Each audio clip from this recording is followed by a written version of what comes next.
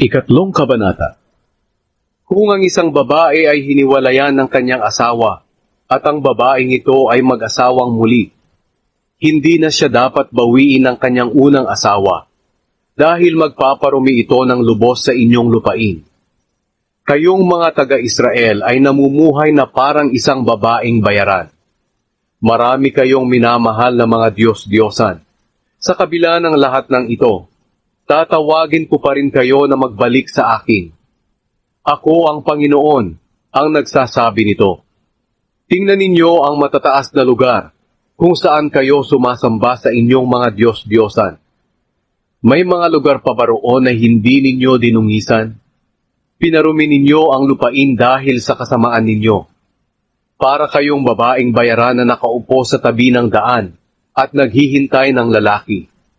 Tulad din kayo ng isang mapagsamantalang tao na naghihintay ng mabibiktima niya sa ilang. Iyan ang dahilan kung bakit hindi umuulan sa panahon ng tag-ulan. Pero sa kabila nito, matigas pa rin ang ulo ninyo, gaya ng babaeng bayaran na hindi na nahihiya. At ngayon sinasabi ninyo sa akin, Ama ko, kayo po ay kasama ko mula noong bata pa ako. Palagi na lang ba kayong galit sa akin? Hanggang kailan pa po ba kayo magagalit sa akin? Ito ang sinasabi ninyo, pero ginagawa naman ninyo ang lahat ng masama na magagawa ninyo. Ginaya ng Huda ang Israel. Noong panahon ng paghahari ni Josiah, sinabi sa akin ng Panginoon, Nakita mo ba ang ginawa ng taksil na Israel? Sumamba siya sa mga Diyos-Diyosan sa bawat matataas na buron at sa ilalim ng bawat malalagong punong kahoy.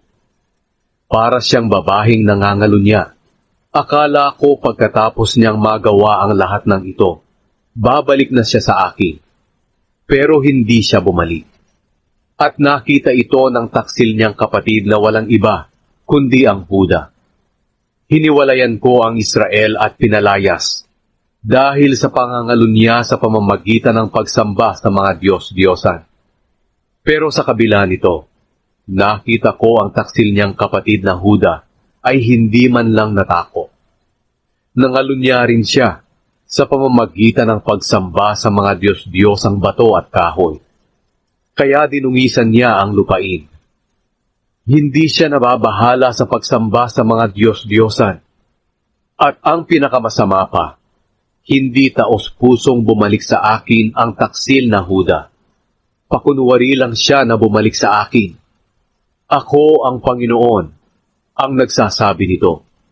Pagkatapos sinabi sa akin ng Panginoon, kahit hindi tapat sa akin ang Israel, mas mabuti pa rin siya kaysa sa taksil na Huda. Lumakad ka ngayon at sabihin mo ito sa Israel. Ako ang Panginoon ay nagsasabi, Israel na taksil, manumbalik ka, dahil mahabagin ako. Hindi na ako magagalit sa iyo kailanman.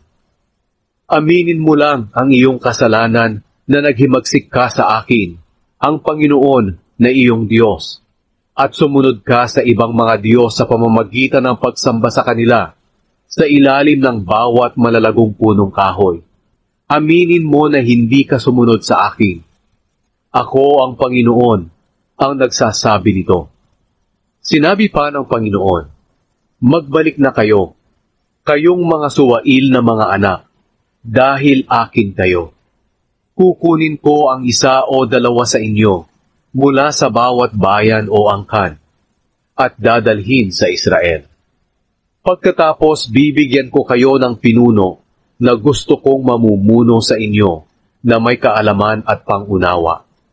Ako ang Panginoon ay nagsasabi na pagdating ng araw na marami na kayo sa lupaing iyon, hindi na ninyo hahanap-hanapin ang kahon ng kasunduan, ni iisipin o aalalahanin ito.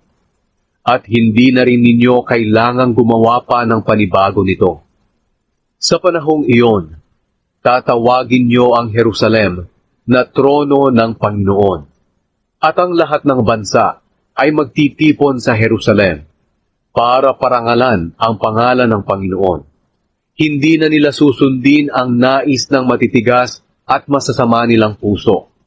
Sa panahong iyon, ang mga mamamayan ng Huda at ng Israel ay magkasamang babalik mula sa pagkabihag sa hilaga, pauwi sa lupaing ibinigay ko sa mga magulang nila bilang mana.